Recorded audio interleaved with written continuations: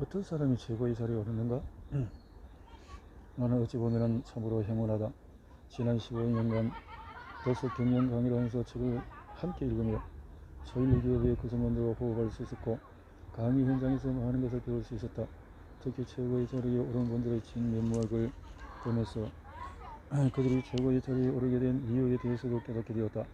최고의 자리에 오르는 사람에게는 세 가지 특징이 있다. 첫째, 후배에게 존경을 받고, 둘째, 겸손한 마음을 갖추고, 셋째, 도전하는 행동이다. 존경은 성과를 내야 받을 수 있고, 겸손은 자기 자신을 낮추고 주변을 빛나게 하는 것이며, 도전은 열정이 살아있음을 증명하는 것이다. 에너지. 그래서 자신을 낮추고 맑은 눈빛과 열정으로 행동해야 할 것이다. 임원이 되고 싶다면 5가지 키워드를 가슴에 새겨야 한다. 오랜 기간 삼성, LG, GS, KTNG 등 유수의 기업에서 31년간 HR의 업무를 수행해 온 인사에 따른 홍석환은 임원이 되는 기본 지침, 존경받는 임원이 되는 길을 제시한다. 그는 임원이 되고 싶다면 5가지 키워드를 가슴에 새기라고 권한다. 5가지 키워드는 전략, 의사결정, 인품, 관계, 코칭이다. 조직 비전의 전략 그리고 성과까지 책임져야 한다는 점에서 임원은 사실 CEO만큼 막중한 자리에 앉아있다. 여러 환경 변화에 대응하여서 그룹을 창단한 CEO를 제대로 원하는 역할을 수행해야 한다. 더군다나 우리 사회가 점차 전문 경영인 체제로 기업 조직이 변화를 겪고 있는 과정에서 임원의 중요성이 더욱 부각되고 있다. 임원은 단순히 CEO를 보좌하는 역할에 그쳐서는 곤란하다. 전략적인 사고에 기초한 조직의 장으로서 자기 분야에서 최고 전문가가 되지 않으면 안 된다. 복잡한 과제와 대내외 지원 역할을 고려해서 CEO에게 적극적으로 지원할 수 있는 역량을 확보해야만 하는 것이다. 나도 임원이 되고 싶다. 홍석환은 나도 임원이 되고 싶다 해서 임원이 스스로에게 질문을 던지며 갖춰나가야 할 역량으로 다음의 5가지를 제시한다. 전략은 제대로 사고를 깨닫고 있나? 의사결정은 길고 멀리 보며 의사결정을 하는가? 인품, 정도를 걸으며 앞서까지 솔선수범하는가? 관계, 대외 네트워크를 형성하고 활용하는가? 코칭, 자율적으로 조직을 이끄는가?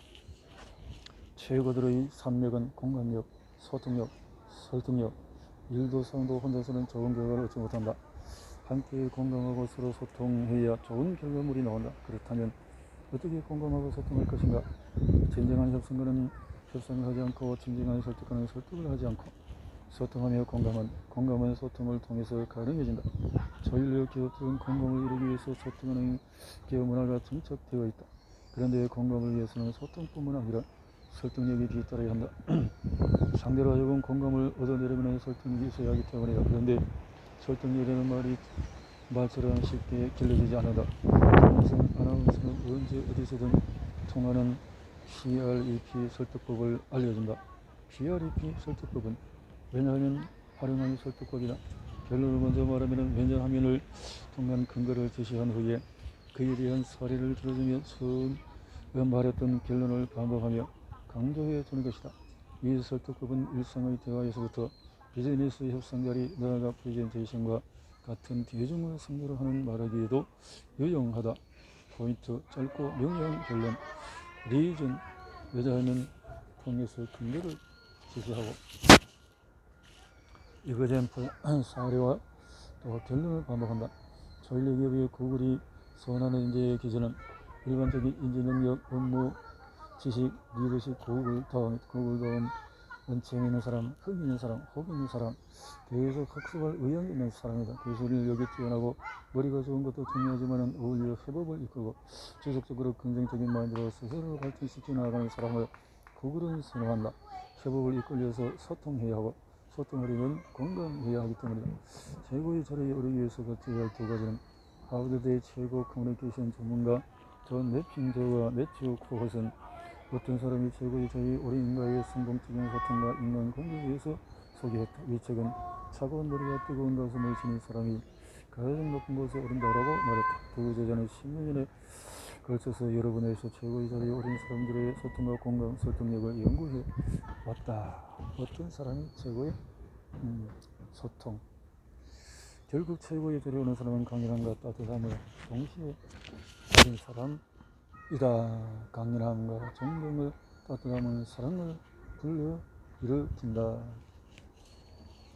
초집중, 초몰입하면 성과는 10배 높아진다. 초율력의 리더를 보면 놀라울 정도로 집중력이 뛰어나다. 집중, 몰입. 이렇게 세종은 집중을 넘어서 몰입에 가까운 독서였다. 몰입 상태에서는 아이디어가 떠오르는 변화가 평소보다 10배에서 100배까지 높아진다. 나의 독서 멘토는 세종대왕이다. 글쓰기 멘토는 다산 정약용이다. 나는 세종처럼 읽고 다산처럼 쓰라라는 세종책읽기. 독서당트 서울시. 독서의 꽃은 단연 토론이며 소통이다. 초일류의 독서 습관을 살펴보면 단연 몰입 독서다. 세종은 몰입 독서를 위해서 독서 휴가제를 시행했다. 1426년 세종은 총망받는 젊은 인재들이 독서에 전념할 수 있도록 1년 정도 휴가를 주는 사가 독서제를 시행했다. 현재 맡고 있는 직무로 인해서 책 읽는 데 집중할 겨를이 없으니 대거리에 출근하지 말고 거처에서 책을 집중적으로 읽고 성과를 내어서 나라의 보탬이 되가는 것이 이 제도의 취지이다. 독서 휴가 기간 동안에 신하들은 집 혹은 산세를 오가며 자유롭게 책을 읽었다. 업무의 스트레스를 잊고 독서에 몰입한 것이다. 그리고 한 달에 한 번씩 읽은 내용을 정리해서 보고서를 올렸다. 세종은 식량과 설, 물품 등을 내려주며 독서를 권장했다. 이런 독서를 권장한 것으로 볼 수도 있지만 한편으로는 특정 주제에 대한 몰입을 요구한 것이라고도 볼 수 있다. 변화와 혁신이 요구되는 세상에서 몰입은 도약을 위한 응집력을 질러주는 훌륭한 도구다.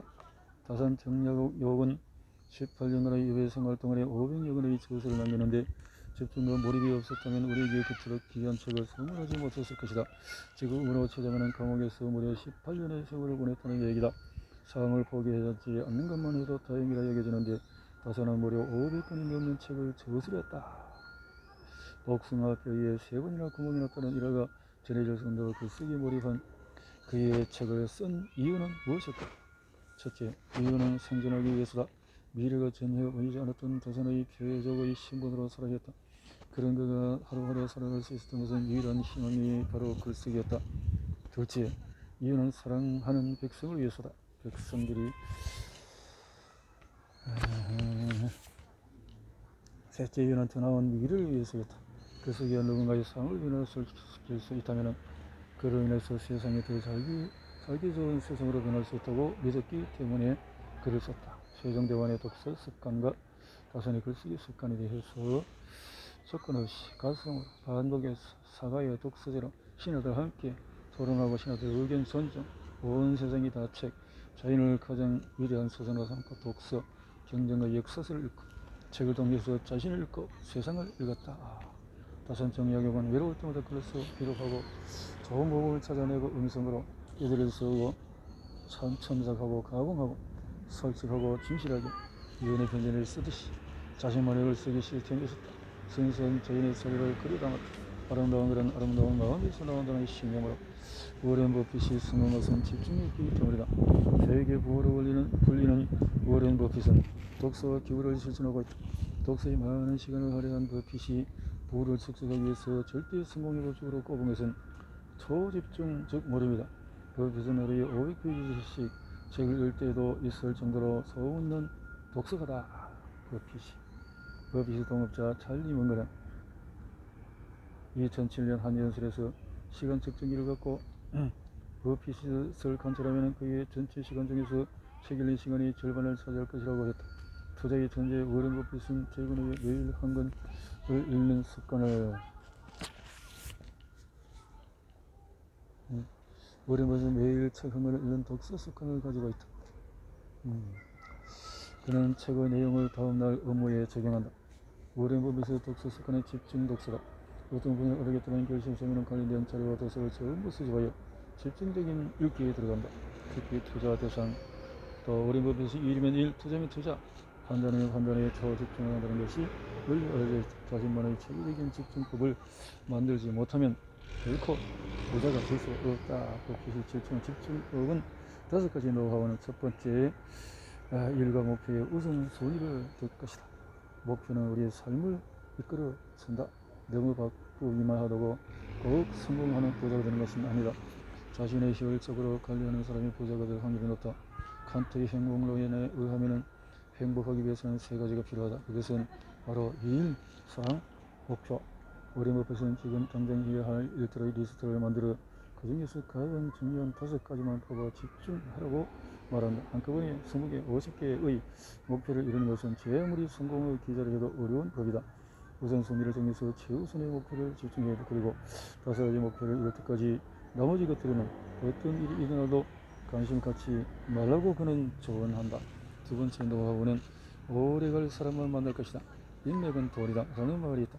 살다 보면 많은 사람들과 만나고 여러 관계를 얽히게 마련인데 워렌 버핏은 주변에 사람이 많다고 성공이 이루는 것은 아니라고 말한다. 오래도록 일에서 신뢰할 수 있는 사람을 곁에 두도 성공을 이룰 수 있다고 본다. 흔히 부자들 주위에는 오랫동안 그들과 함께 성공과 부의 신화를 완성하는 끈끈한 인맥이 존재한다. 든든한 지점돌이 되어준다. 세 번째 노하우는 단순하게 생각하고 생활할 것이다. 어려움을 겪을 때나 삶이 혼란스러울 때 기본으로 돌아가라. 기본. 그는 해산에서 관료적인 요소들을 모두 없애고 철저히 효율성에 집중하는 조직 구조를 만들기 위해서 노력했다. 네 번째 노하우는 전제력을 가진 소수에 투자할 것이다. 선택과 집중은 무엇이든 필요하다. 소수, 집중. 다섯 번째는 노하우는 오래 투자할 것이다. 조직 투자는 좋은 기업을 찾아서 시간을 투자하는 것이다. 투자의 코스를 알려진 존 밀은 자신이 주식 부자가 될 수 있었던 가장 큰 이유는 장기 투자에 집중했기 때문이라고 말한다. 워렌 버핏도 존 밀과 같은 생각으로 그는 가장 가치가 높은 종목들은 평균 20년 정도를 보유하고 있는 것들이다. 주식 농부로 유명한 박영옥 회장도 기업과 오랜 기간 동행해서 함께 성장하는 것으로 유명하다.